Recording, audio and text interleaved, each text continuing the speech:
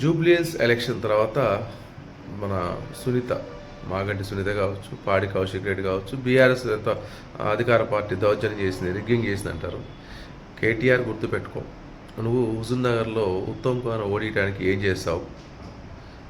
ఈటెల రాజేందర్ని ఓడించడానికి హుజూరాబాద్లో ఏం చేస్తావు? కొడంగల్లో రేవంత్ రెడ్డిని ఓడించడానికి ఎన్ని వందల కోట్లు ఖర్చు పెట్టావు? ఎన్ని రాజ్యాంగంలో ఉన్న అధికారంలో ఉన్న ప్రతి ఒక్క వ్యక్తిని, శక్తిని వాడుకున్నావు. డబ్బులు కానీ, ప్రతిపక్షాలను కొరటంలో కానీ, బెదిరించడం కానీ, కేసులు పెట్టడంలో కానీ, మొత్తం ప్రభుత్వ యంత్రాంగాన్ని మొత్తం కేంద్రీకరించి పోలరైజ్ చేసి నువ్వు మీ అయ్యే చేసిన, కేసీఆర్ చేసిన రాజకీయ వ్యభిచారం అంటున్నాను లిటరల్లీ. అంత దిగజాడు పదం వాడాల్సి వచ్చింది. ఈటెల రాజేందర్ ఓడించడం కోసం ఎట్టి పరిస్థితులు అంటే ఎవరైతే శక్తులు ఉన్నారో, అంటే మామూలుగా వీళ్ళు ఎట్టి పరిస్థితులు అసెంబ్లీకి రావద్దని ఉత్తమ్ కుమార్ వేయడం కోసం మినిస్టర్లు మొత్తం అక్కడ మోహరించాం.